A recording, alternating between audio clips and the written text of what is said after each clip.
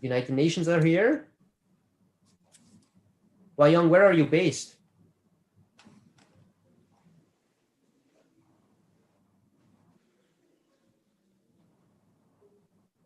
Hey, Catherine, welcome from Washington, D.C. CISA.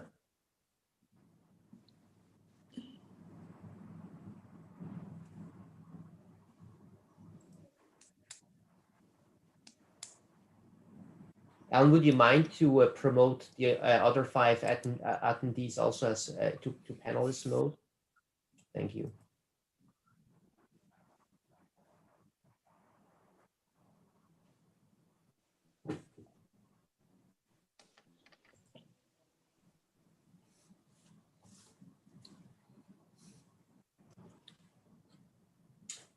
We have Len from the State Department based in Austin, Texas.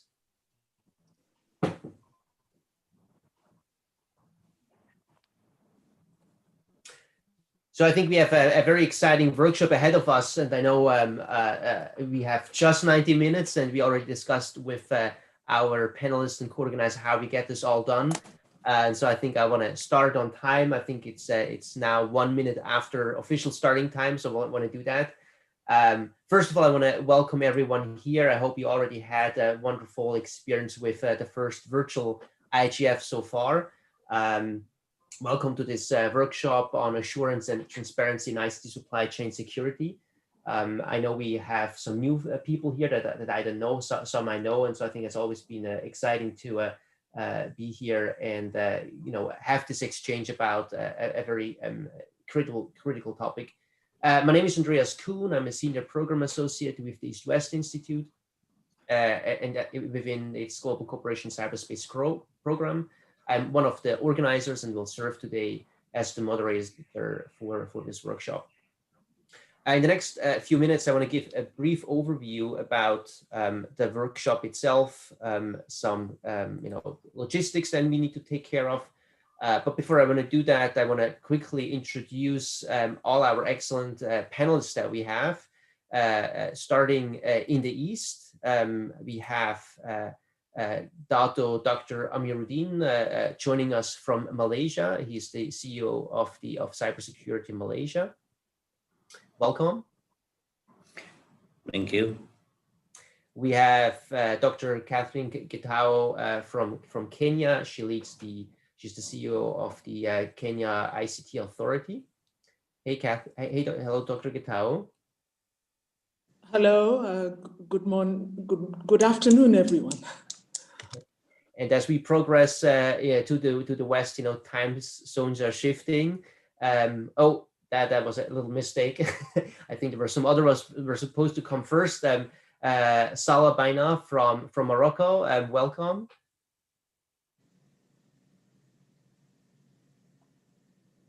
And then we go further up to Moscow, Anastasia Kosakova from Kaspersky. Hey, Nastia, welcome. Hello to everyone. Excited to be here.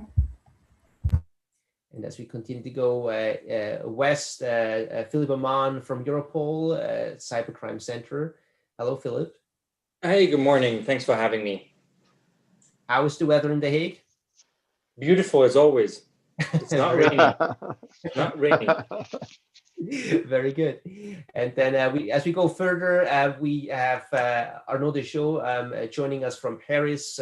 He will help me with the online moderation. Arnaud, thank you so much for being here. Hello, everyone. And then as we continue further west, ending up in San Francisco, where I am based, you might have thought about the time zone here. So I think it's somewhere between shortly after 1 o'clock in the morning. So I hope you bear with me with the moderation. We'll do our best to cover all those different time zones. We'll get the panelists some more time to introduce themselves once we go into the workshop. I want to quickly run through the agenda. We have a short introduction. That's what I'm currently doing here. I will follow up with a short framing remarks as the moderator, kind of laying out kind of the goals and the overall arc of the workshop and how we thought about why this is an important topic to address. Then we have about 25 minutes 25 minutes for opening statements provided by the panelists. They bring in their expertise and talk about the key issues that we thought are of most importantly concerns. And then we open up for about 45 minutes discussion. That's kind of like the key part of the workshop, to really have this exchange that you want to foster here. Brief closing remarks from the panelists, and I will wrap up the workshop and give a little outlook of what comes after that. Before I go to the framing remarks, some very brief logistics. As you all know, the workshop is being recorded and currently also streamed on YouTube. Links for YouTubes are here if you would like to use captions. That's also available. A quick thoughts, a quick guidance on questions. Please use the Q&A feature in Zoom to submit your questions, and please do so throughout the workshop, not only on the discussion itself. So I think whenever we have something you would like to contribute, please add it there, and we'll try to get to that. If you're on YouTube, you can use Twitter hashtag IGF176, which is the number of the workshop, to submit questions to us. We also have the option to raise your hands if you would like to make a verbal intervention, ask questions, or provide some comments. Please raise your hands, and we'll give you the microphone to speak. Should you anytime fall out of the internet and are disconnected, here there's the ID number of the Zoom call, and you also find the link for international numbers of the on the IGF website. So I think that brings me to my opening remarks or my framing remarks, and how we get to this workshop in the first place. Let me quickly get this up here. Security in global supply chain is critical to ensuring trust in ICT and the future of digital society. Today's ICT products and services and the internet itself are comprised of a multitude of software, hardware, and service components, more often than not produced, assembled, or provisioned by third parties all around the globe. Organizations, including operators of critical infrastructure and firms, rely heavily on large numbers of third-party vendors and service providers for their operations, with each of them having some degree of connectivity and dependency, each adding difficult to manage third-party risk. At the same time, sophisticated targeted cyber attacks exploit supply chain vulnerabilities and exacerbate the situation in terms of risk, managing the third-party risk even further. I think while we have seen global ICT firms have invested heavily in mitigating third-party risk, governments, particularly those in the global south, and small and medium-sized businesses often lack the capacity and resources to manage ICT supply chain risk effectively. To address supply chain related security concerns, in particular national security concerns, some governments have also enacted restrictive measures in that regard. This reflects in some ways, in particular cases, also geopolitical struggles that we're currently finding ourselves in. And in some cases also ill-guided attempts to exercise sovereign powers over global ICT supply chains and the internet, which may further the fragmentation of the internet and decouple the technological and economic universe.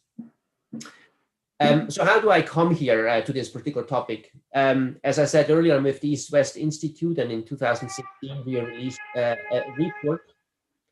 I hear some background noise here.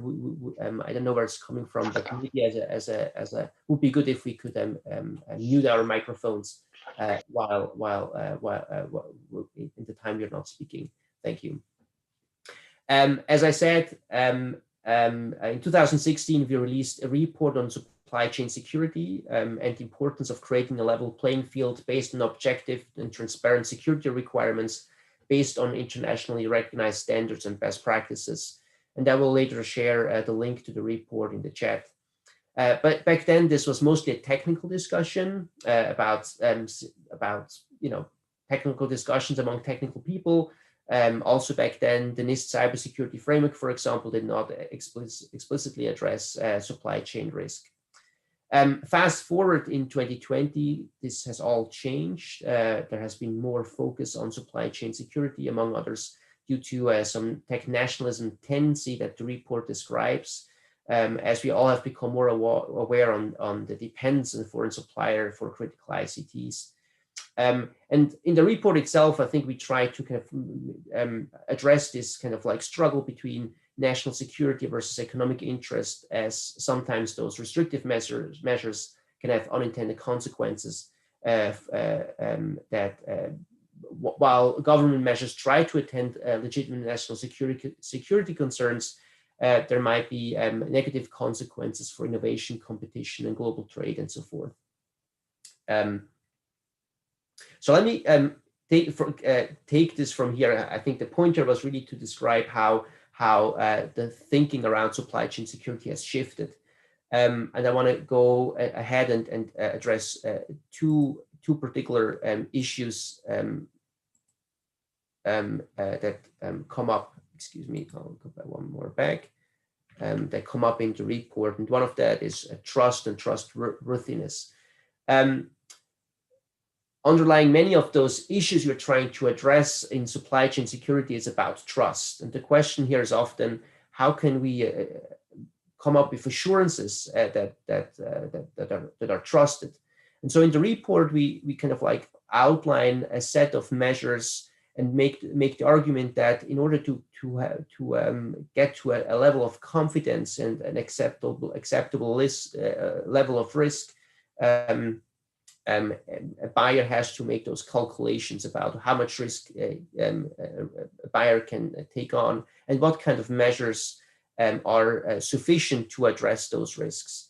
The idea is that we take a combination of measures to then minimize this trust gap and also find a level of acceptable risk, including an acceptable, to the degree those residual risks are actually acceptable. So I think that's kind of the idea behind that. And some of them are technical measures, some of them are organizational measures, but also regulatory measures are part of that calculus to address those trust issues.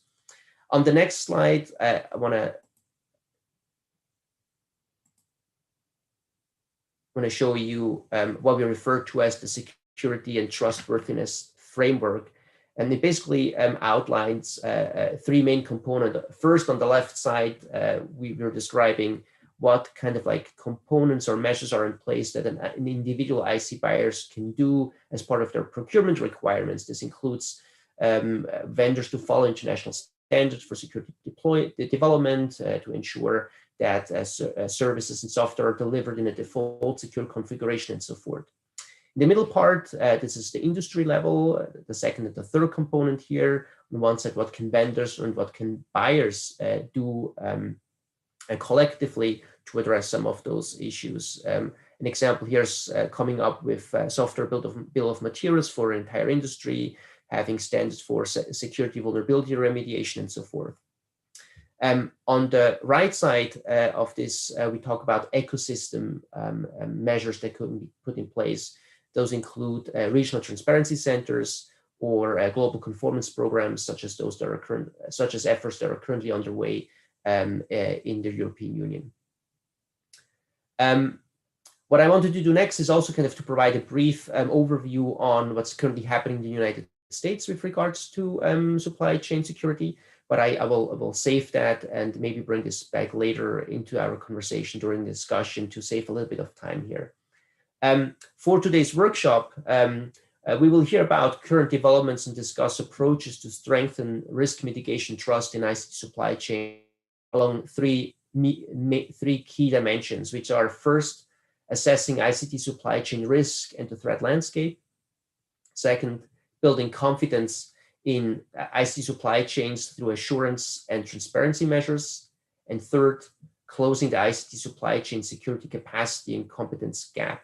So again, in summary, risk and threats on one level, measures that can address some assurance and transparency measure that can address some of those issues that we find when it comes to supply chain security, And third, what are kind of like the competence and capacities that need to be built up in order to do that? And managing ICT supply chain security effectively requires close cooperation between government and corporate and civil society stakeholders to address their interests and concerns as buyers, users, and service operators along these three dimensions at the technical, operational, and normative level. This concludes my initial framing remarks. I hope this was useful to kind of like set up the conversation for our panelists and give some more background. But before we go into that, we have a little refresher here. Arnaud, would you please start the Kahoot game that will allow us to kind of like talk about some of those issues in a more playful way.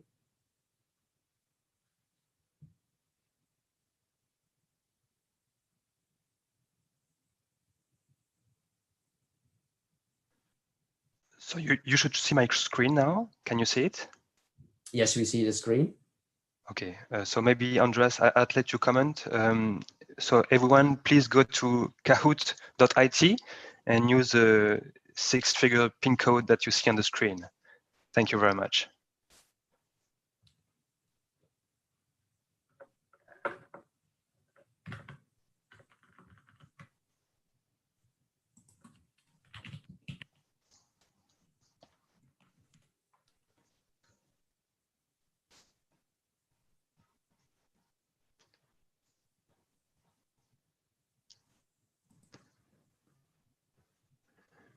We'll probably wait a few seconds so that everyone can join. Thank you. Andreas, Like Nastya, yeah, I'm waiting Yeah, for you. like Go. we have Gryffindor as well in the game.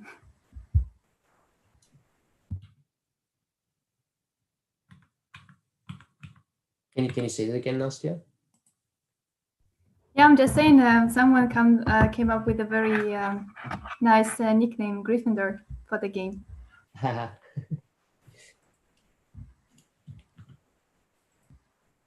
All right.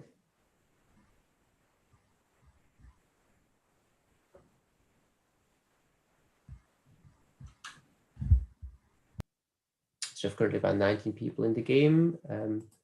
Maybe 20. Count's going up.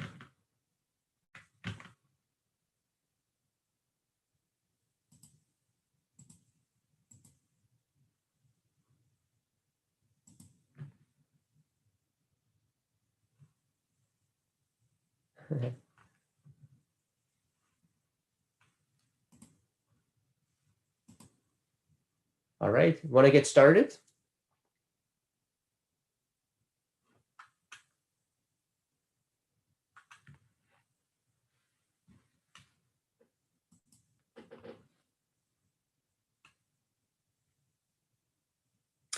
The question is, which supply chain attack operations do not exist? I'm thinking now you just go ahead and choose the answer that is provided on your screen.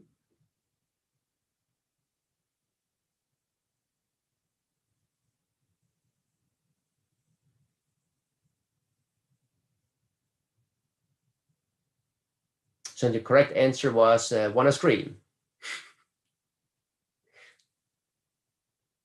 Can you advance, Arno? Thank you.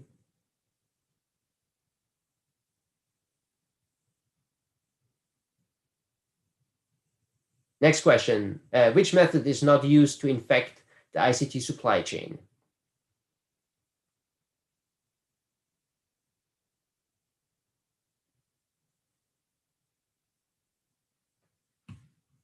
Please choose your answer.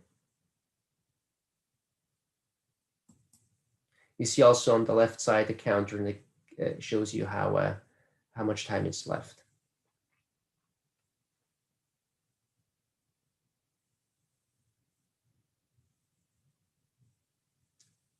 So it would ask that I only see colors, nothing else, so I cannot play. The idea is that the colors respond to the questions, and so I think you can just choose that particular color.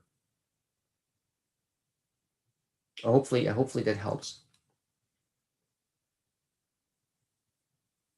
Next one, please. Gryffindor is in the lead. Excellent.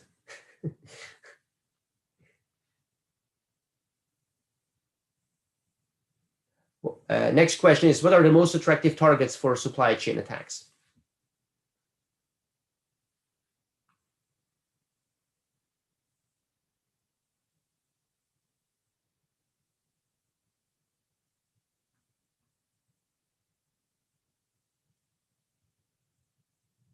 And the answer was your grandparents. All right. All right, so let's see what the final results are here. Who the winners are. Slytherin on place number 3. Salah, congratulations. And number 1 is Gryffindor. Yay! Congratulations. All right. Runners up are Katie and myself. Maybe I should not have played, you know. So thank you so much. I hope this was kind of a light introduction to some of the supply chain security issues. Now the exciting part is to actually hear from our esteemed panelists. I want to head over. Anastasia, you're first. Again, I ask all of you to stick to the 5 minutes. After about 4 minutes, I will start waving my hands, and I would like to ask you to kindly wrap up then in order to make sure we are on time. Nastya, the floor is yours. Thanks a lot. A really fun game, and I just love the message. Please let us know who Gryffindor is. Really interesting to know about this. I'm sharing my screen, top phrase this year. So please let me know if you see that, and all is good. So before starting, I'd like to, I was told my role today is briefly to give a perspective from the private sector company and cybersecurity research companies. So I'd like to cover the threat landscape and the kill chain about the supply chain attacks, a backdoor into your network. So before going further, I'd like to briefly illustrate and actually with the visualize as well the threat modeling, possible threat modeling of supply chain attack.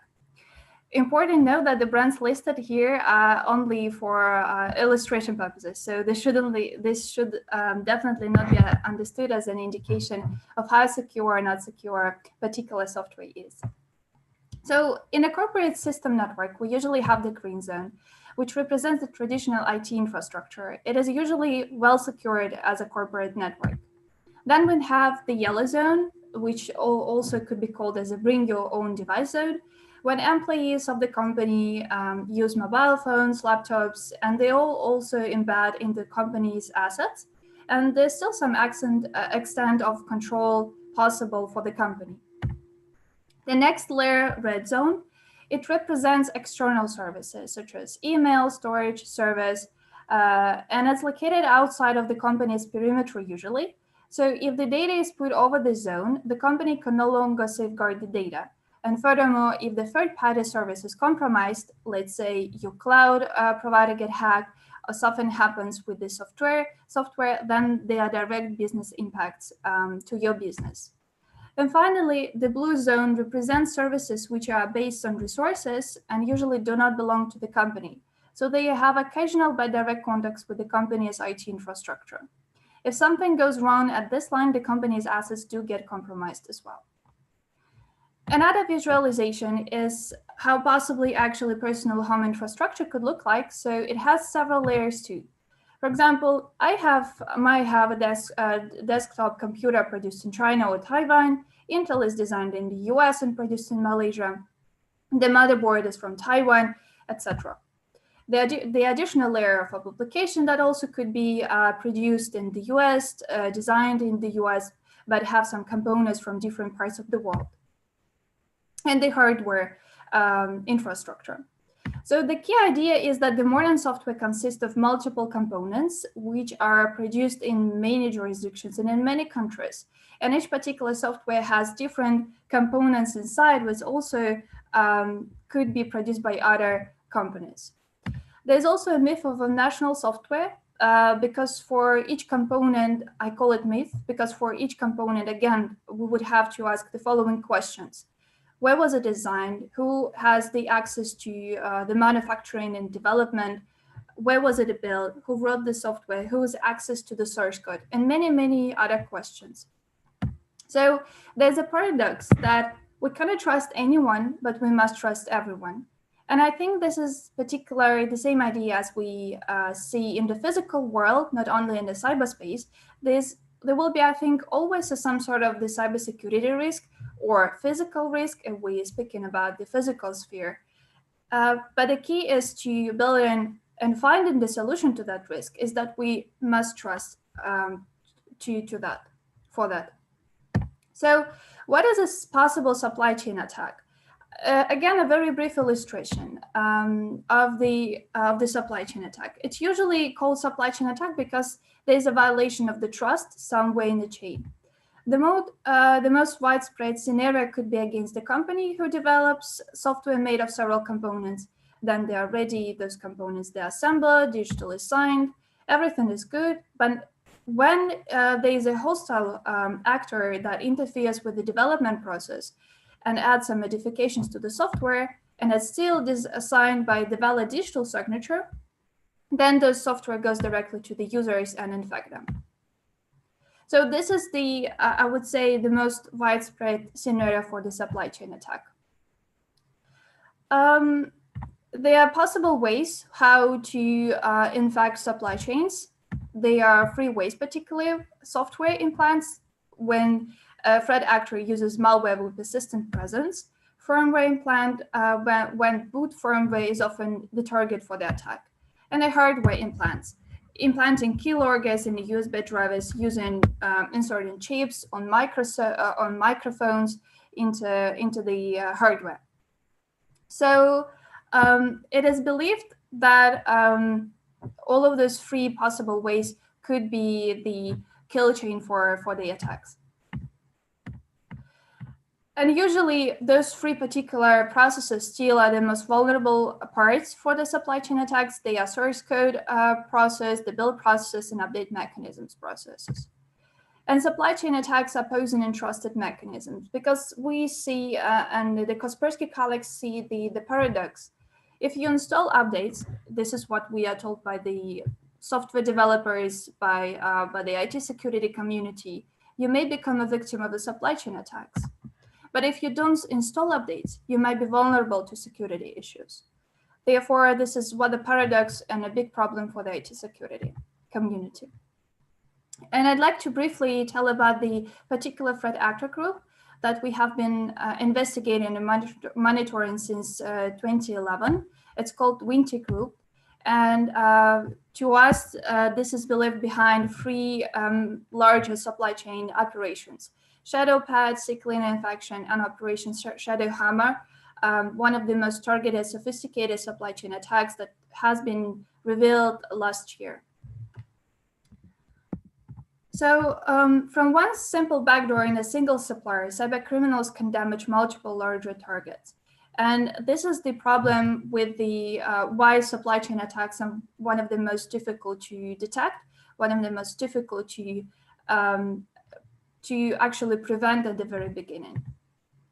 You may be a target, but you may also be a weapon if you don't know if your network and if your computer has been compromised and something already is happening within your network. So I've just briefly covered particular threats, but actually to address those threats, there are particular challenges. And I'd like to briefly speak about them because I believe that we will cover them in more detail later this session. Definitely the lack of capacities, especially among the small and medium companies which are part of the global supply chains, and particularly also the countries, developing countries. So this is one of the challenges to properly address the threat of supply chain attacks. Then usually the lack of institutional framework on how to actually procure the particular software, hardware, or firmware, and how actually to make sure that the software, hardware you use is secure. Lack of transparency, mainly I refer here to how actually vulnerabilities are handled by companies and how vulnerabilities are handled by the governments as well. Fragmentation and regulatory frameworks is also one of the particular challenge and disturbing trend as we see the attempts of different jurisdictions in different countries to tackle this problem, and therefore the risk of the fragmented approaches. And finally, geopolitical tensions and the technationalism, about which Andreas already has covered, so I won't talk about this long. And I'd like to finalize with, again, the clear message and a very important message that our colleagues see. You may be a target, but you also may be a weapon. And this is something really terrifying for the IT security community. Thank you very much.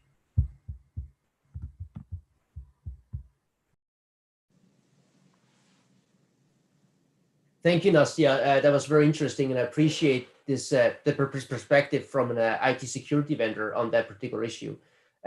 Next one is Philip Oman, who provides like a law enforcement perspective on kind of like the issue of supply chain security and some of those attacks. We have no one from a vendor on the panel at this point, but I know there are a couple of vendors in the audience, so I think it will be interesting to see maybe some comments if you want to think along those lines later in the discussion section. So how an ICT vendor looks at some of those issues compared to law enforcement or an ICT security vendor. Philip, the floor is yours. Thank you, Andreas, and thank you for the introductory remarks and for framing the discussion. So I'll probably won't take too much of your time, but I know it's always great for us, to be able to provide the law enforcement perspective when we're talking about issues that are more potentially in the cybersecurity, cyber safety arena.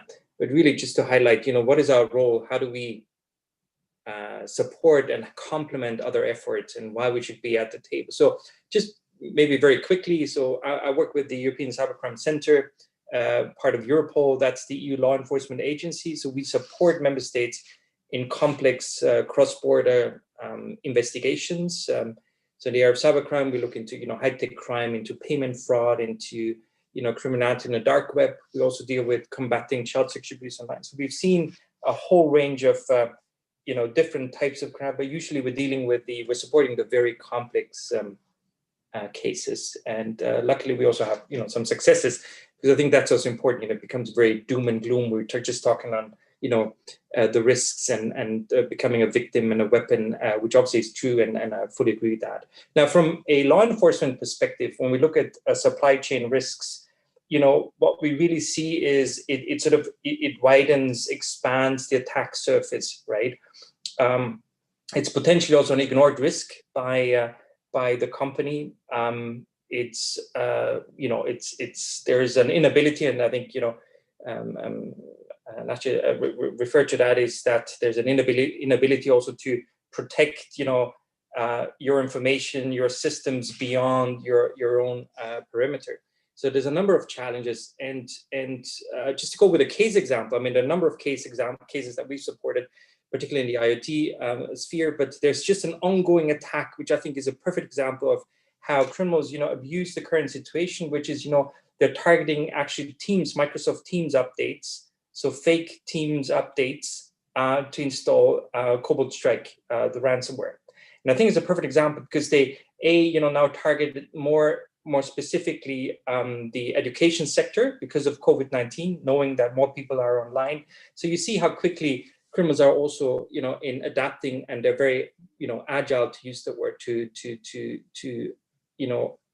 exploit potential security risks as part of the supply chain. And as we just heard, it's something, you're supposed to install the update, then you do install the update, and actually what you get is, you install yourself ransomware, which obviously is not what you wanted to do. So this is currently ongoing. So in fact, this is just as a reminder that this is ongoing, and be on the lookout for those fake updates. So what's our response?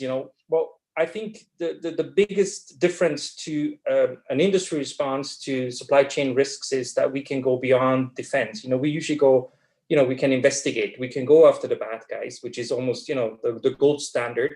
But we also do a lot of prevention and awareness, and I think that's a key message as well. That's like, well, if you will, the platinum standard. If you can prevent an attack from happening, using tools, by educating your staff.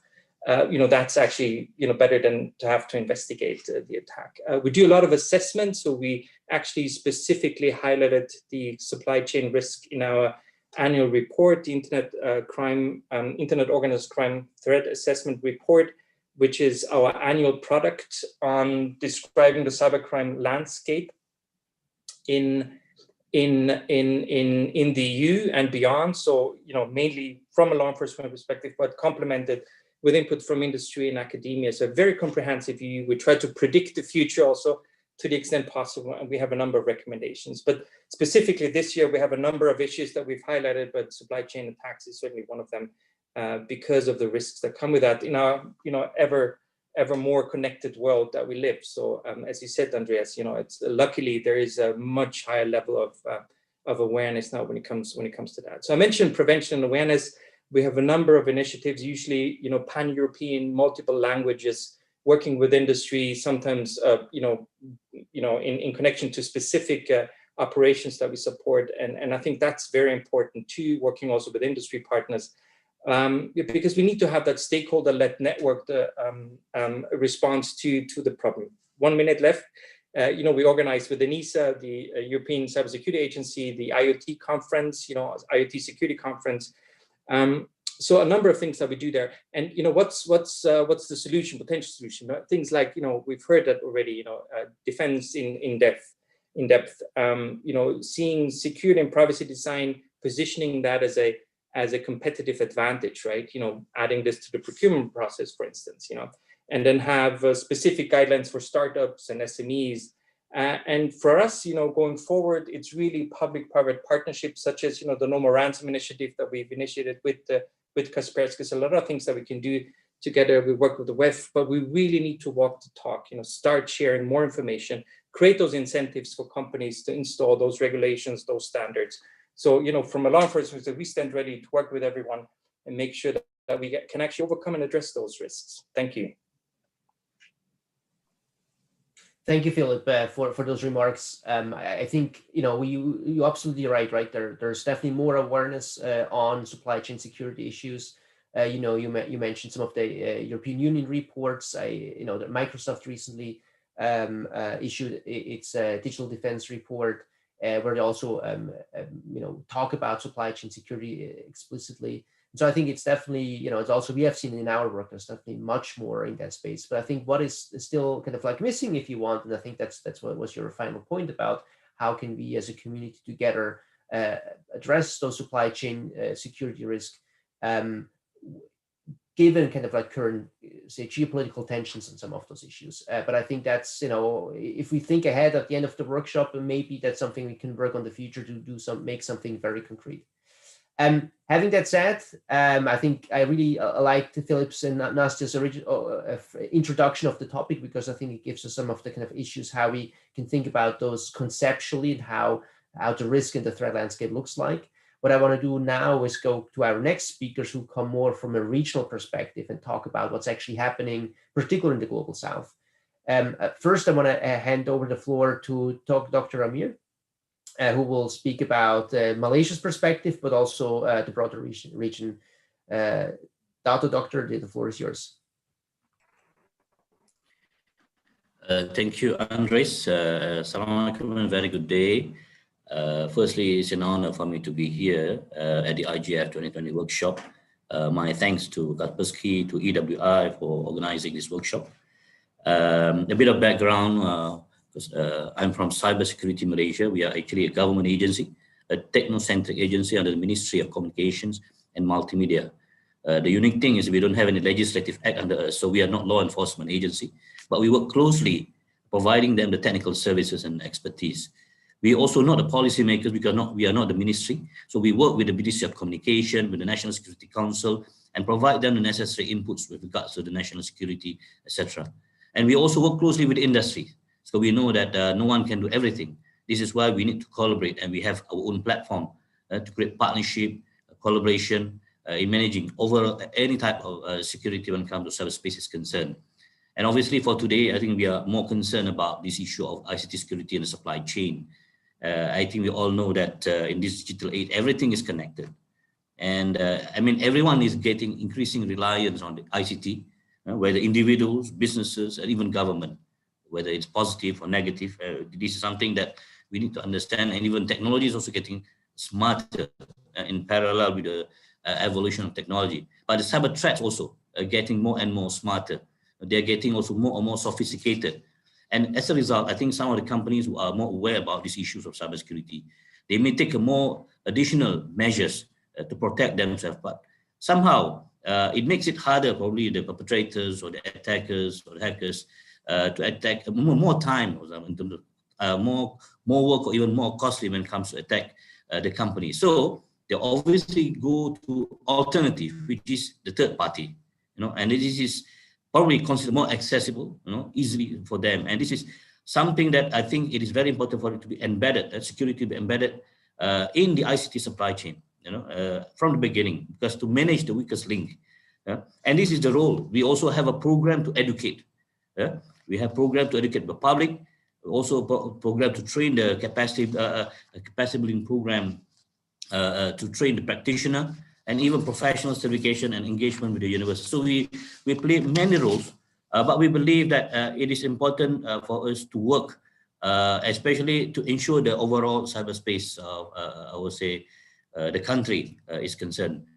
And with more now with the COVID-19 pandemic, I think the increased dependencies and use and connectivity, I think the supply chain also might be impacted due to this third-party outsourced business, etc. So I hope through this session, this panel, Q&A, etc., I'll be sharing a bit based on the theme being provided. I'll be sharing more about some of the threats maybe related to the ICT supply chain in Malaysia, and then probably look into some of the challenges the government, whether they as a producer through or as a consumer, what do we face when we assess the security of the ICT security supply chain, and also how do we in context of Malaysia and probably the region, in terms of how do we approach it in terms of how to ensure safety, how do we ensure trustworthiness of the ICT supply chain and the capacity building. I mean, it is always a challenge, because when we look at cybersecurity, it is not purely about technical matters. It's about, I would say, people, the process itself, the policy, and even the technology, all combined together. We call it the holistic approach. So this is something that we hope we can listen and interact. I also need to learn from others. Even though I'm a panelist, one of the panelists, but not necessarily I'm the expert in everything. In fact, we can learn a lot from many other countries, and it is good to have this kind of platform to learn from the areas of the American region, the European, the North African, etc. So these are something, a good collaboration, so that we hope that we can interact and exchange ideas and even establish networks among ourselves to learn how to get better when it comes to security in the ICT supply chain. Once again, thank you to Kaspersky and EWI for organizing this workshop, and also thank you to all participants for joining this workshop. Thank you. Thank you, Dr. Mir, for your remarks. And I very much agree with you that in particular, there is much we can learn from each other. And I'm also very looking much forward to have those conversations later in the discussion section about capacity building and what can be done collaboratively in that space when it comes to supply chain security. Next speaker is Dr. Gitao. I know that she has been thinking about some of those issues when it comes to capacity building in particular, and also in connection with some of her work on cyber norms through the UNGGE. So Catherine, Dr. Gitao, I'm very much looking forward to your comments. The floor is yours. Thank you very much, Andres. I tried to start my video, but it says the host has disabled it. So I'll just proceed. So thank you very much. I think I've already learned a lot from my fellow panelists, and I thank East West Institute and Kaspersky for coming up with this noble idea. Now, the ICT Authority is a state corporation that is very much involved in supporting public service users with infrastructure, with technology and with skills. And also we have a broad mandate, so we promote private sector also. So we have a very practical point of view when it comes to this issue of supply chain. So I'll start by saying why we are concerned. The first issue is sovereignty. As a country, you expect that the technology belongs to you and it is working for the purposes for which you bought it, and there's no form of external interference in the operations of your technology. Another reason is we are generally a customer or a client. We manufacture very little of our own technology within the country, so we're normally buying from outside. And as a client and a customer, you expect a reasonable degree of protection. When you purchase a vehicle, you expect that it will have seat belts, airbags, and other safety features that give you a reasonable chance of survival if your car is involved in an incident. And in the same way as consumers of technology, and I think Dr. Wahab said the same thing, we have a reasonable expectation. And of course, there's a possibility of loss or harm through supply chain insecurity issues. And so we need to protect our government, our citizens, from loss or harm. One thing we may not have discussed is why are actors, and those actors, I think most people have been talking about the criminal element, but we also know that there have been suspicions that there are states who are involved in supply chain issues, as well as companies. So what are they looking for? They're looking for strategic information, whether it's of a national intelligence nature, or whether it's of a commercial nature, or even from personal data. And I like what Anastasia said about the forms. Yeah, so there's the software, there's the firmware, and there's the hardware. And for naive environments, of course, it becomes more problematic as you go further down the list, because while software, we may have the tools to examine and notice what's happening. When the threat is in the firmware and the hardware, it may be a little bit more problematic for many jurisdictions. Now, I'll end by saying, what are we interested in as governments? We're interested in technology that is functional. In other words, it does what we purchased it to do, that is robust to threats, as well as to its natural environment, that is genuine, because this supply chain issue means that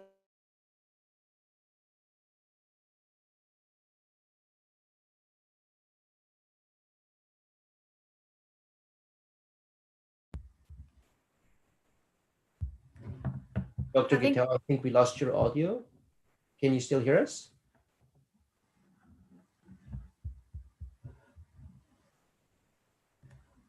Let's wait a quick moment to see if she can come back.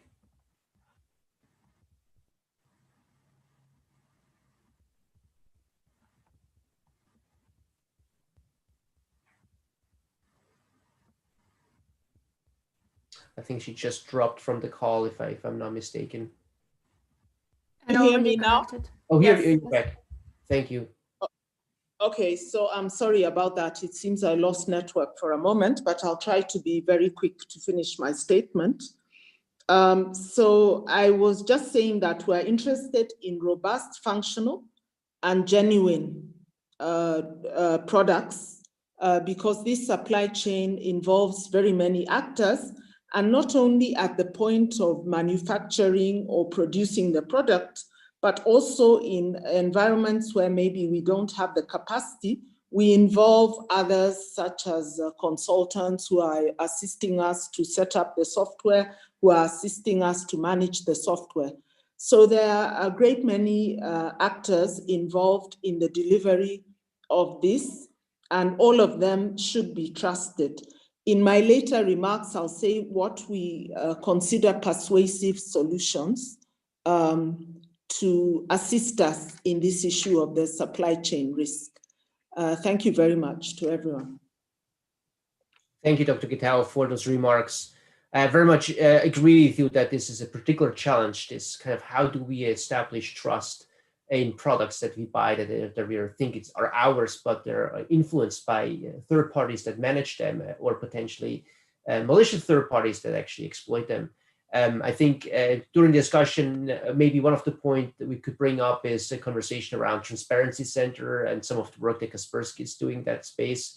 But maybe some of those early experiences are, since you kind of like started that, to kind of like have this discussion. I think the important part there, it's not only about cybersecurity in a narrow sense, right? But increasingly with artificial intelligence, how can we, what are the institutions and mechanisms in place to actually have transparency mechanisms to, so we understand what's actually happening under the hood of the technology, so to speak.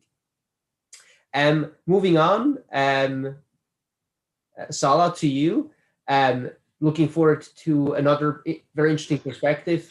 I have also, Salah shared with us, or your colleague Mohamed Saad shared with us some of the interesting work that is happening in Morocco, also on a very technical level, and kind of like it was quite fascinating to see how the maturity that you have to in particular address small and medium-sized businesses. So I'm very curious to hear more, obviously, about that. But floor is yours, and looking forward to it. Thank you. First of all, thank you very much for involving us in this workshop. On behalf of my Moroccan partners and my Moroccan ecosystem, we are very proud to be here with you this morning. Please let me share with you my small presentation just to focus on some points.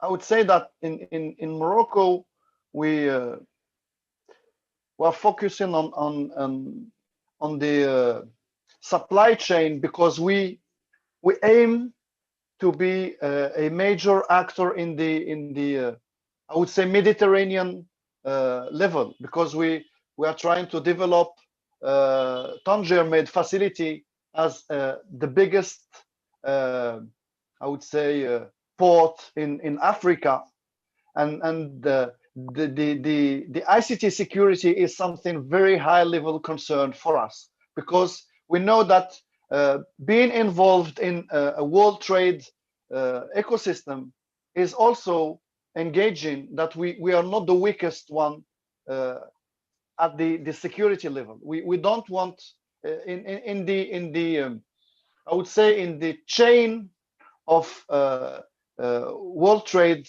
commerce, we don't want to be the weakest link.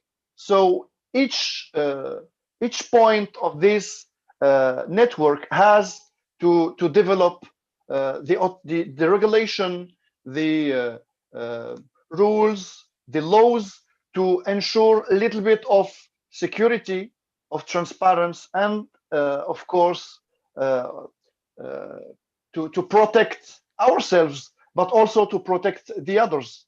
And Morocco is very concerned with this security problem. So I would say that since 2010, we had a very interesting roadmap for developing regulatory authorities, frameworks, laws, and also a very productive, very active ecosystem in this to tackle this problem. So I would say that we started in 2011 by creating the regulatory organizations. So we have, I would say, two main actors, which are the Strategic Security Committee and the General Direction of security of information systems. Both of those authorities have made which is called today the strategy of information system security in Morocco. So we have a specific framework that have been developed using international standards, but also using national work that have been done with the whole ecosystem to ensure that no Moroccan organization is the weakest point in this network. So we have lately we have defined what should be the security level of the what we call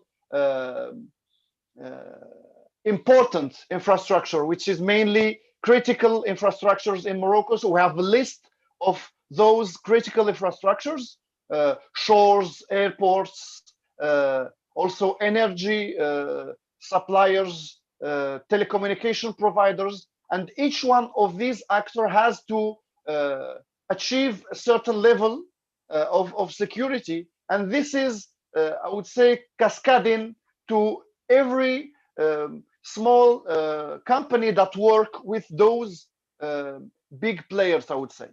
And we, as association of the users of information systems in Morocco, we have I would say we have the role.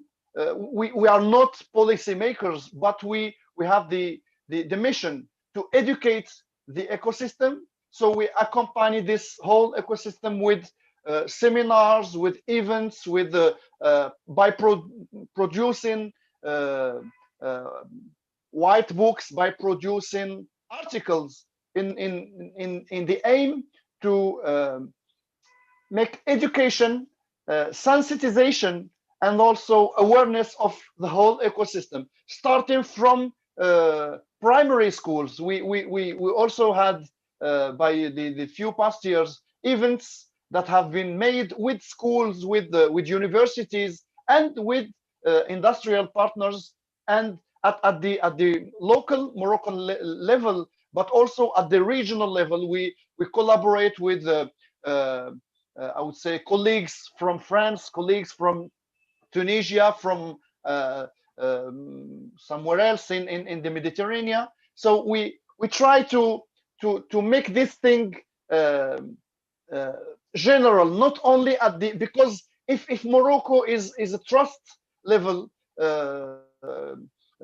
ecosystem, and we have to collaborate with another country or another facility in the region, so it's no more our capacity to defend ourselves, which will be involved, but also the capacity of our partners to the ability of our partners to protect us. So it's I would say a teamwork.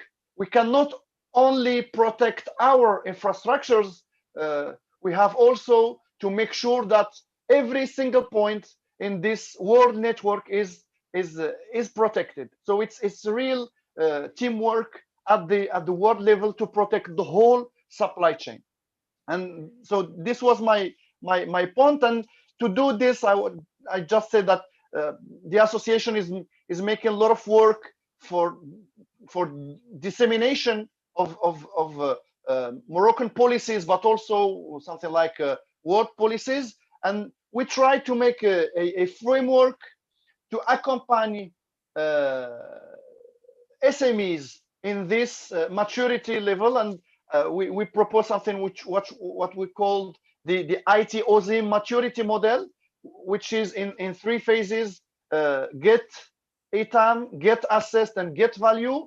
And in this program, we have a lot of I would say issues about security and protection.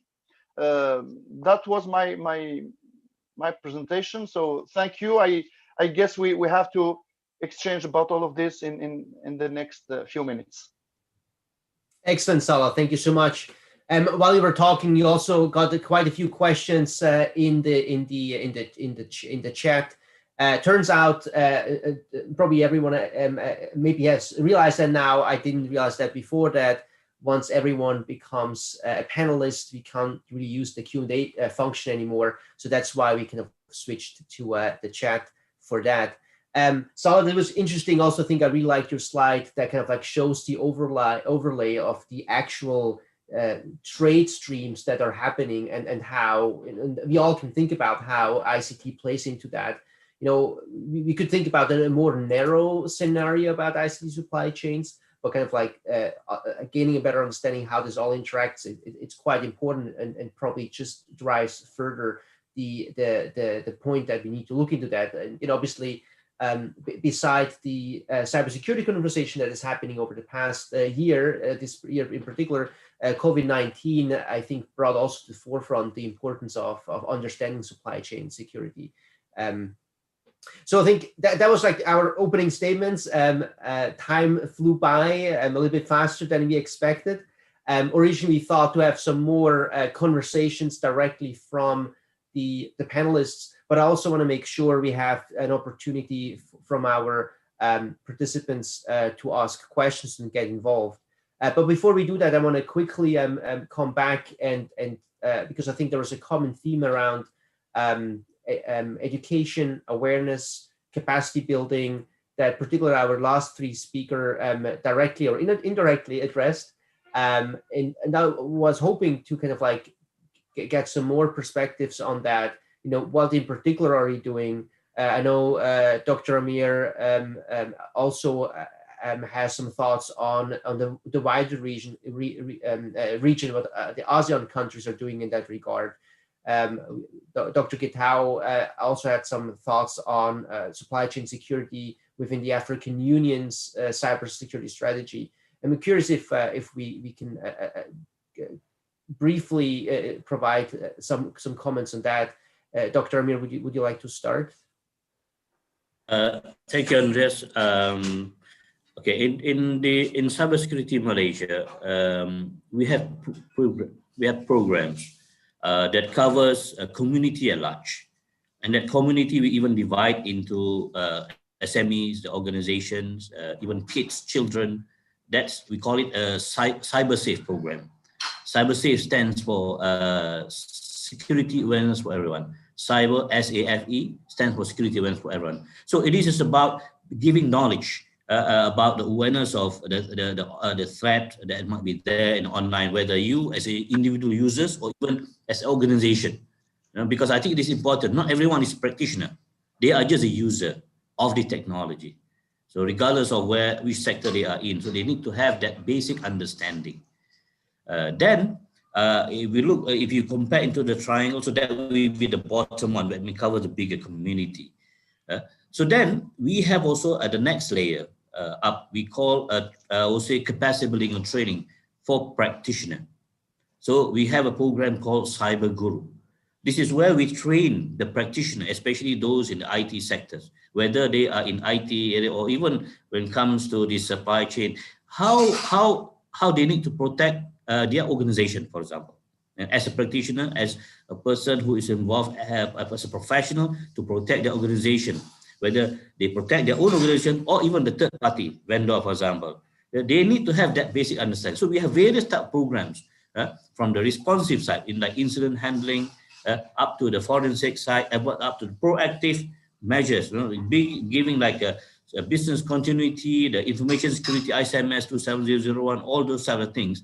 And then also looking into various deep new technology kind of I would say security requirement. You know, we are now having IoT security. We have all these type of securities that need to be understood. So these are type of training they provide to the practitioner. We have another layer.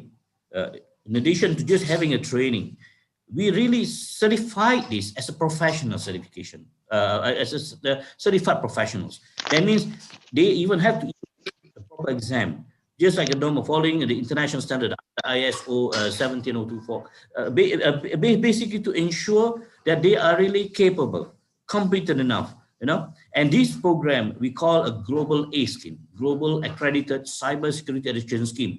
It's a program for cybersecurity professionals, not only developed by us, it is actually facilitated by us, but it is vendor neutral, but industry driven. It is coming from various sectors, whether it is from public input, from public sector input, from the industry inputs, and even from the academia and the community at large. And we build this together, facilitated by cybersecurity measure. Just to share a bit, we in fact just 2 months ago in September, 7th of September, this global A scheme was recognized by ITU under the YC's prizes to 2020. So we won it under the category 5 of the World Summit of Information Society prizes.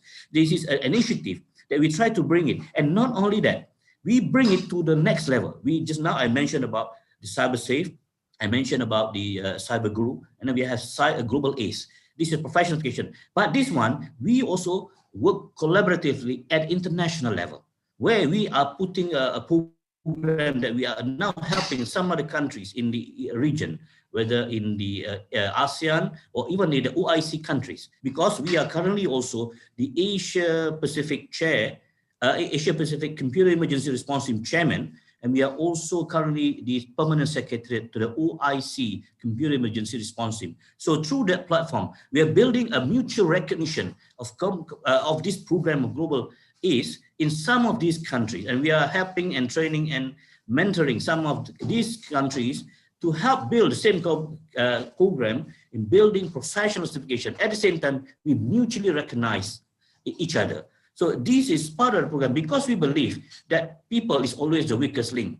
So you need people who is aware about this issue of cybersecurity, whether from the bottom level up to the highest level, the board, the top level, as a user. But at the same time, as a practitioner, they need to be qualified, they need to be certified, they need to be competent to be able to do what they need to do to protect their organization.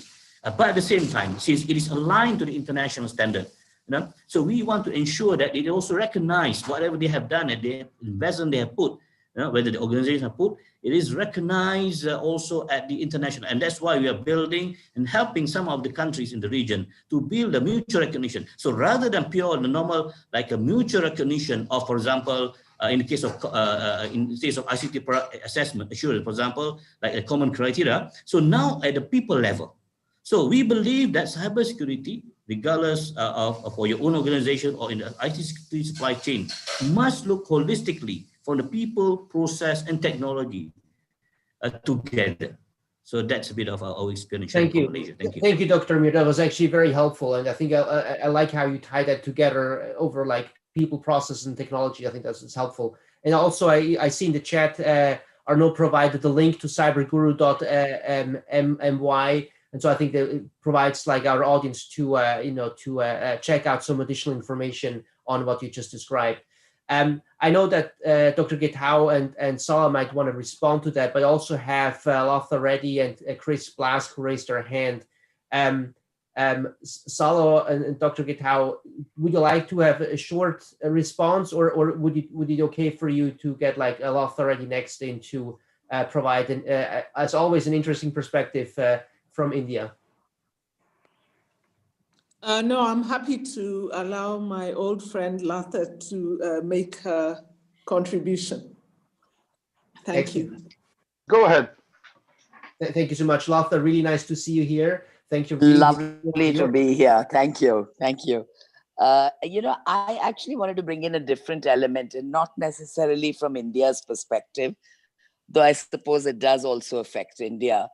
When we're talking about assurance and transparency in the ICT supply chain, with the increasing globalization of the supply chain, there is a real issue with dual-use technologies and supply chain security. And it's not always adequately protected by arrangements like the Wassenaar Agreement, for example.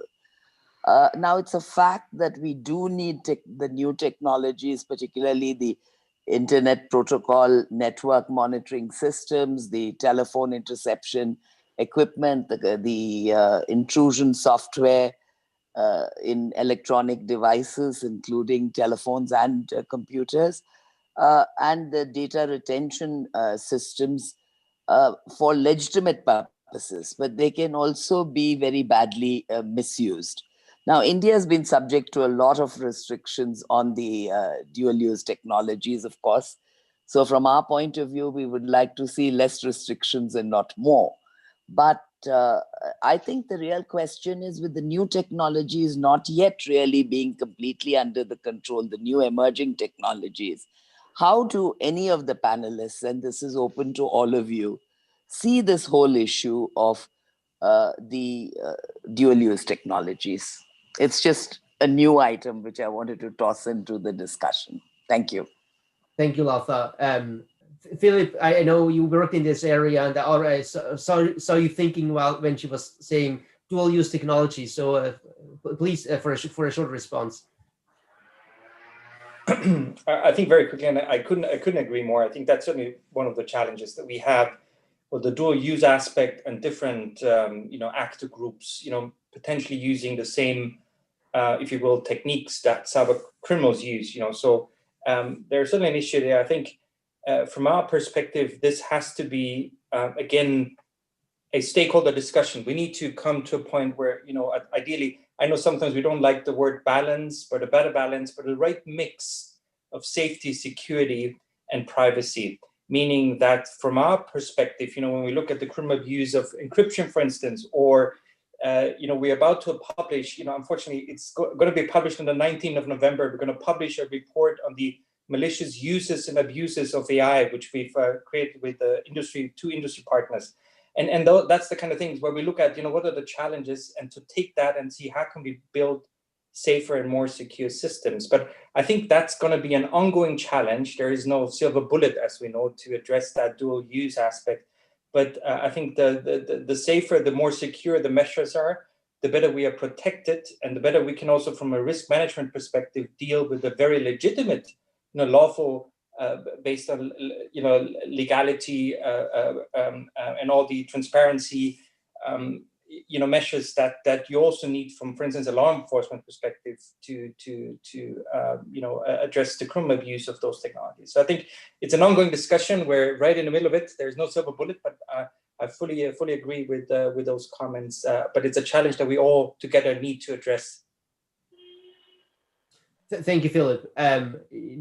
From my side, I think the question around, when it comes to tech nationalism, looking at the issue from that perspective, that this has been I think kind of a problem, right? In terms of, like, there are new technologies out there, emerging technologies that have good uses, and that in some cases I think we have seen the use of export control regimes to restrict them early on, which seems to be problematic from an innovation and competition point of view.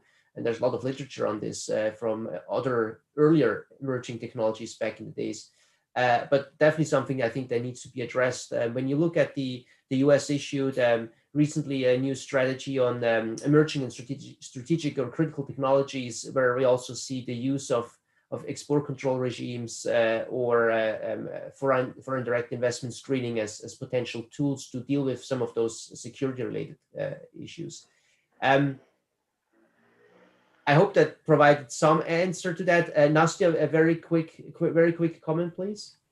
Yes, promise, very quick. I really like the questions which Ms. Reddy answered, and I totally agree with Philip that is no silver bullet answer.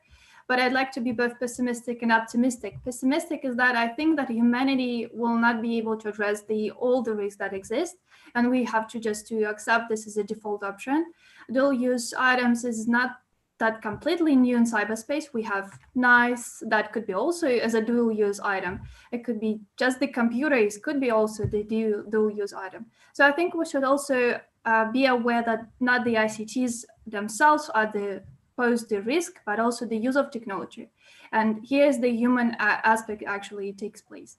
But I would also like to be optimistic in this regard. I think that if the global discussions, especially those that are taking place at the UN currently, if there would be more, I would say, discussions more outcome-oriented with the private sector, with civil society, to also cover the dimension of the human rights, and to map at least all the risk, to make a basic threat modeling, particularly, and also to dig a little bit deeper, what are the particular definitions? It's still a big question what dual-use items and how they should be defined, whether the entirety of categories of items that could be classified as dual use. So if this manual work could be more, I would say, a part of their ongoing life. So I think we will definitely, as the global community, would reach some outcomes. Thank you. Thank you, Nastya.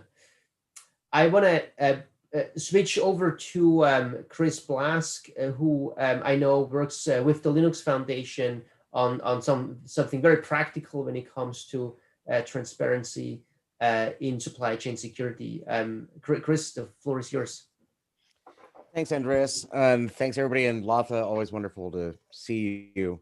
And Andreas, you mentioned early at this, some of us are vendors, and I actually have three hats to talk to here. One, as Eunice is obviously the vendor and sometimes an integrator. Part of that time I spend as Chief Security Officer in Colombia with EPM, the national grid down there, where we put together a 25-year plan that includes solving this. And now, as you mentioned, I'm also chairing a Linux Foundation project, the DBOM Consortium, the Digital Bill of Materials.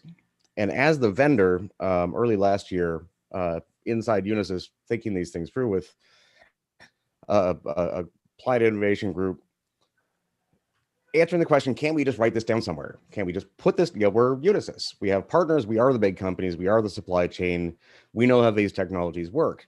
And one thing basically led to another, and we've formed this consortium under the Linux Foundation, doing work with Linux Foundation Energy right now, a proof of concept, including Intel and Siemens and General Electric and various other, all the pieces in the supply chain this quarter and next quarter that'll produce some interesting results.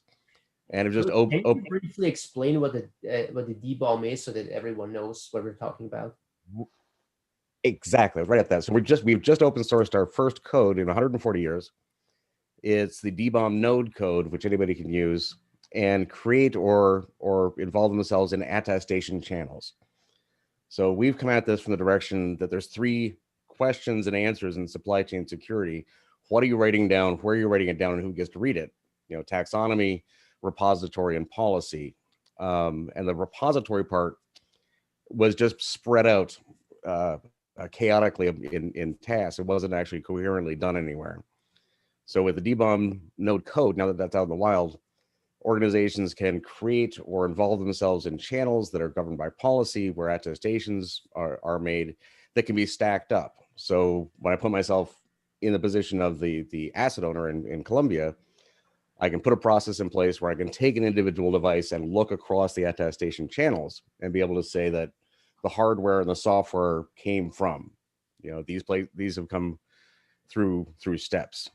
And keeping the focus on the global south, the regulatory process we've helped put in place in Colombia over the last 4 years for the electric grid has mechanisms to feed that inventory information and process back in. So the Colombian example is something I just always refer to, because we looked at that in 7, 15, 25-year quantums and things that must be done. This is an area we're 2 years into the 7 years that we had to make significant progress by the end. Getting attestations and clarity that the regulator and the operator and the stakeholders can see gives some structure to all the things we're talking about here. How do we see to the gentleman, sorry, get the name wrong, but how do you see the certifications? How do we share certifications inside a country, much less across countries? Well, attesting to those along the way and making those attestations visible allows us to automate that and build it into processes. Thank you, Chris. I think that's, when I showed in the very beginning this table of different measures to ensure for assurance and transparency, so kind of like the ideas about software bill of materials or digital bill of materials is an important aspect of that. And I think that's kind of like an interesting point to hear something very concrete when it comes to a proof of concept, how this can be done in the electric grid, right? And I think that's what we need to work on, right? We had other conversations kind of like looking, monitoring through the chat and the questions that have been asked, where it really goes kind of like certification seems to be a big question here. And I think, in the US, for example, the DoD is currently underway roll out a certification scheme, or a better kind of like an entire practice where it's going to assess the cybersecurity posture of more than 300,000 globally distributed suppliers. So you get an idea about how complex some of those issues are that we are trying to work on, and I think it needs those kind of like project as you just described to kind of like see what is actually possible. I think that's also when we talk about with different people, in the industry about the European efforts to build a certification scheme. How does it scale? How does it implement? I think there are still big questions, but everyone agrees we need something in this space to address some of those challenges. Any other questions? I know there are a lot of really good points that Vlada makes on certification.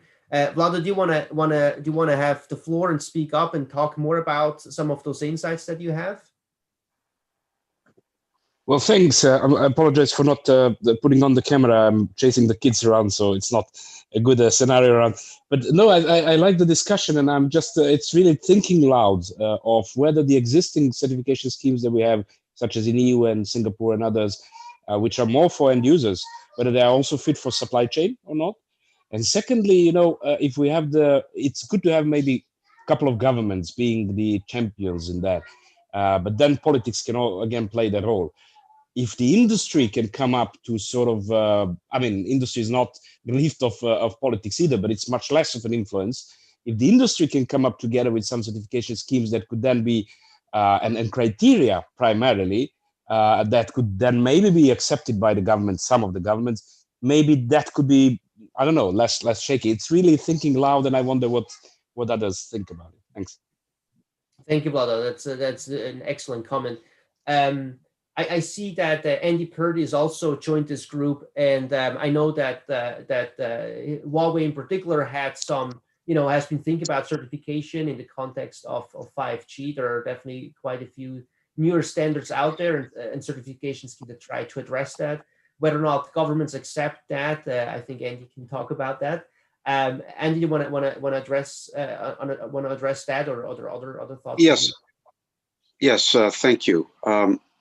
I think some of the work that's been done by our competitors and ourselves and 3GPP and GSMA in terms of focus, for example, on the telecom equipment, the Network Equipment Security Assurance Scheme, which is a combination, as you know, of standards and independent testing, build around the same concept as common criteria, where you have recognized labs. And while there are only 2 recognized labs so far, that can be an important way to have a baseline of standards and testing that could be add additional layers for higher levels of assurance. And so we hope that governments will consider that kind of a program platform to enable the kind of certifications to specified standards, and thinking that if you could combine that kind of a testing scheme with a couple of concepts that are near and dear to folks' heart. And when I was at the IGF a number of years ago, the idea of combining norms of conduct with some call it no spy agreements or mutual trust agreements, so that you could have both countries sign on to such agreements and companies to sign on to such agreements. And if we could combine that with some of the recommendations a year ago this month, actually, of the Global Commission on the Stability of Cyberspace, and I see that there are some commissioners that are part of the conversation, to increase attribution, including technical attribution. I think those kinds of combinations where industry and government work together, I think, can provide an objective and transparent basis for knowing which products and services are worthy of trust. So I welcome any comments on those thoughts. Thank you, Andy. I see some people nodding to those comments. Anyone would like to answer or respond to that from the panelists or someone from the audience? Of course, the keywords there, attestations and I'm sorry, I forgot the word there, but yes, you need making those things clear. Whether from in Colombia, or whether from the vendor perspective, or whether from the Linux Foundation perspective, we had to have those certifications. We have to have the assessments. I'm sorry, the term we were just using, Andy, was not attestations, but attributes. Anyways, attribution. That's right. Yeah, attribution and clarity. Things came from places. You can make decisions. Everything could be used everywhere. Guyana in the south. Huawei owns the fiber, undersea fiber coming in, and I'm an American company as well. Guyana is a sovereign nation. They need to have the ability to see where everything's coming from, and having those attributions, having those attestations, they can make the decisions based on that. So it's the certifications and so forth that we use, as many of the panelists have discussed, allow us to assign attributes to artifacts, whether they're people or software or hardware. It's the policy structures we have to consume those at the national levels or the infrastructure levels, and those at the end of the day have to be supported with the visibility to know that the policies are enforced. But obviously, Andres, I'm biased. I think Philip is raising his hand. We also have, I'm sorry, I might, Wood Denatris, I'm sorry if I mispronounced your name, who also raised his hand. So Philip, a quick response, and I would like to hand the floor afterwards to Wood. Well, I think, again, that's the way to go. I think we need to have those, build on existing certification schemes, trust building schemes, working with industry and government.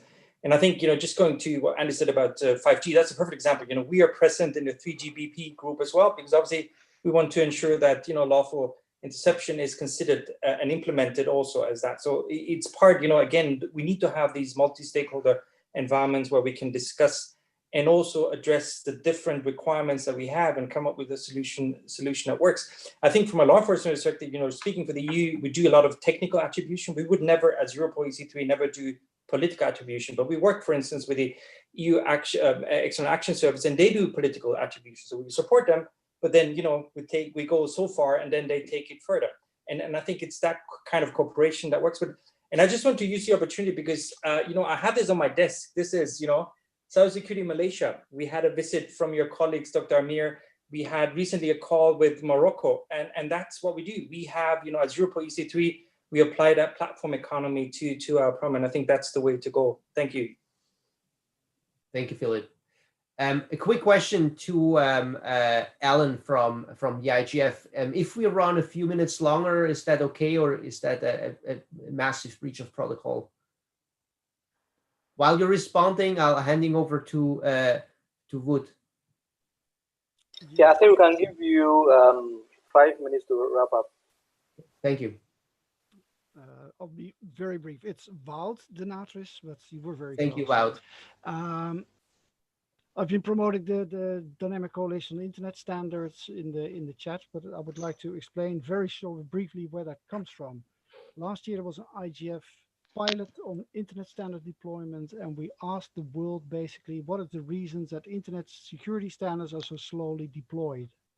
And the main question was there is no pressure from anywhere really to deploy them. No demand, no supply.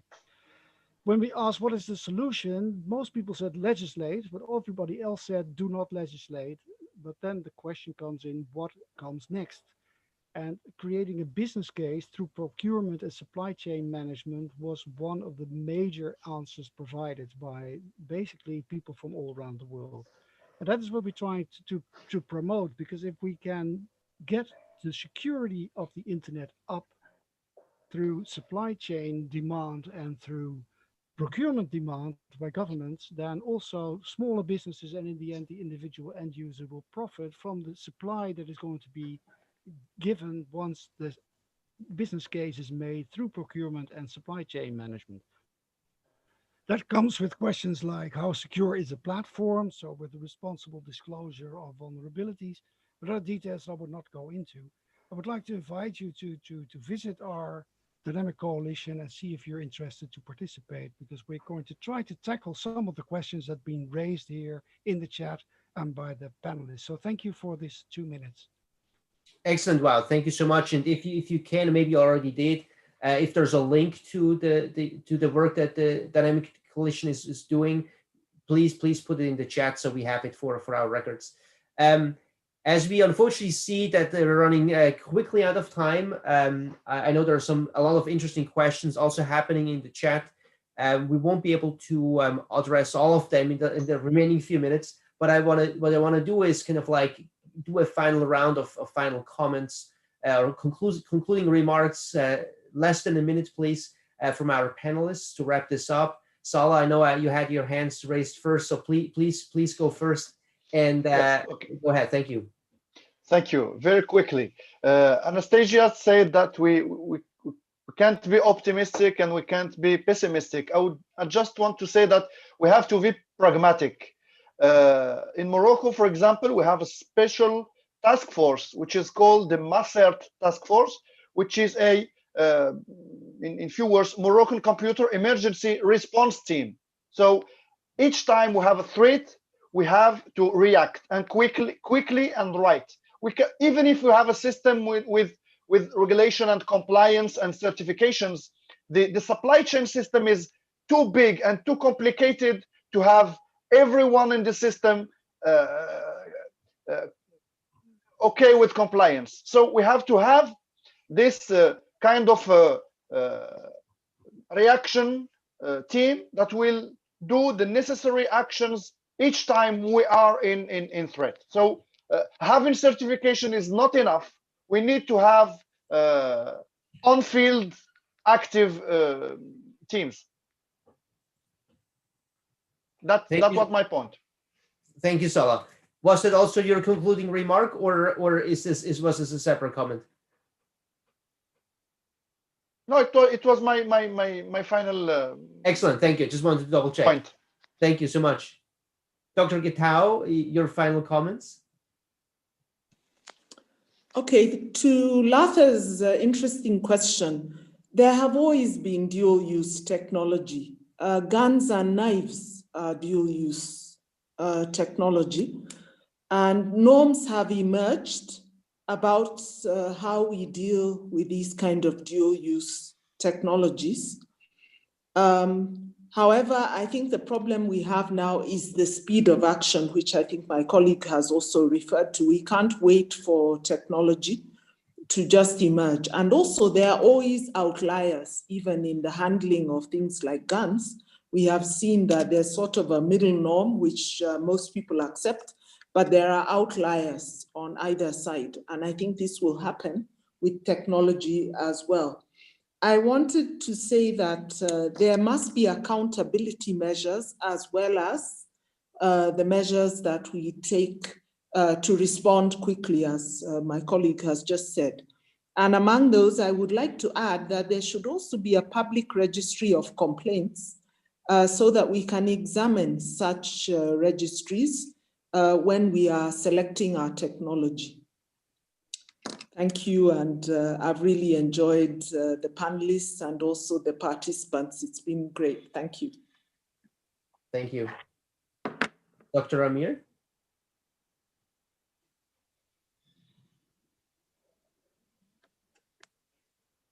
I think from this workshop, I think we can find that with cybersecurity, including in the supply chain, we also need to be proactive. Obviously, certification is important. I think the government, for example, require that because we need to ensure that supply chain are also well equipped in defense against the cyber threats.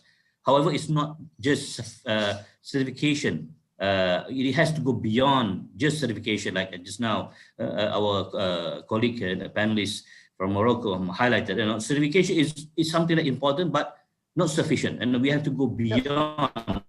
And it's a continuous effort and then we need to also, like I said, be comprehensive, and also we need to manage and cope with the new emerging technologies because it keeps changing. As you know, the technology changes is very fast, so we need to be adaptive, dynamic, and also innovative, and also at the same time to strengthen the public-private academia partnership, not only locally, we also need to work globally because these are not local issues, because the supplier can be also from overseas. So obviously the importance of working together both domestically and at the international level. By the way, I'd like to express my thanks in this closing remark to Kaspersky, to EW, and also to Andres, a wonderful moderatorship by you today. Thank you.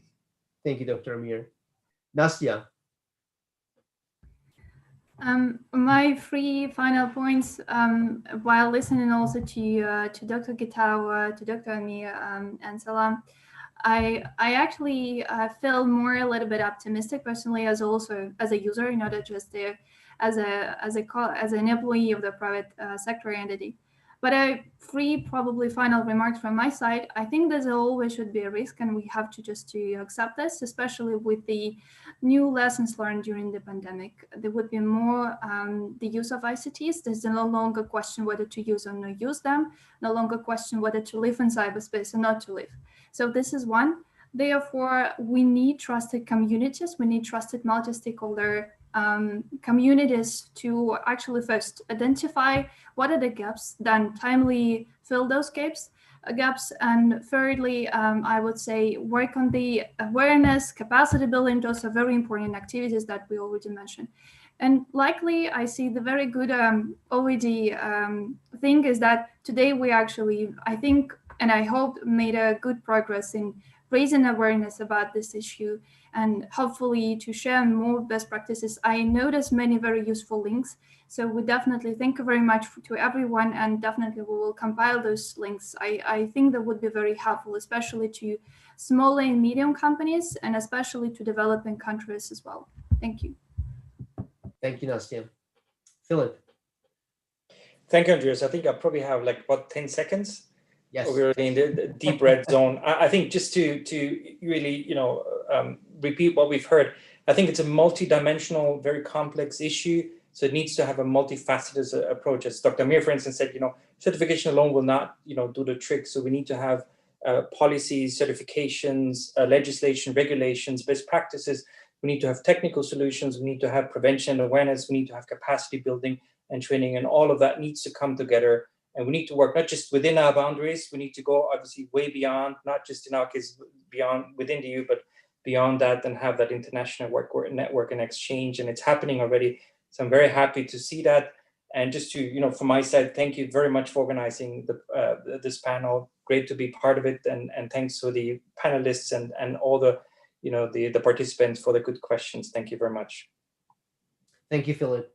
Well, I think it's now to me to say thank you to everyone. This was very insightful. I was fascinated by all the topics that came up. Unfortunately, there was not enough time to really go deep into some of those. I was, astonished to hear that dual use came up. I did not expect that. It's definitely an important aspect to think more about that when it comes to the future of supply chain security. But also the issue of certification is something, just looking at the chat, that people really think about and know we need to move forward in that regard, but we also know it will not solve all the problems we're currently facing. What we do in good IGF fashion, we will write a short report within 12 hours and then a longer one after that to kind of like bring to paper all the interesting thoughts we've heard today. And we also hope to engage with you further on this. So I think, Philip, on a preparatory call, he mentioned and also said again today, walk the talk, right? You need to do something here. And so I think that's kind of like the next step where we are.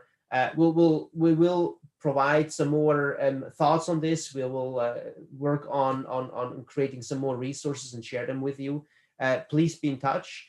Again, thank you to all the excellent panelists and the participants. It was great to be here with you, even at 1 o'clock in the morning. So thank you so much. And with this, I'll conclude. But also thank you again. I think should add that the IGF for providing the platform to hosting this panel. Thank you. Have a wonderful day or evening. Until next time. Thank you very much. Bye. Thank you. Bye, everyone. Thank you. Goodbye. Thank you. Thank you. Have a nice day. Thank you, Salah. Oh, please be in touch. Yes, of course.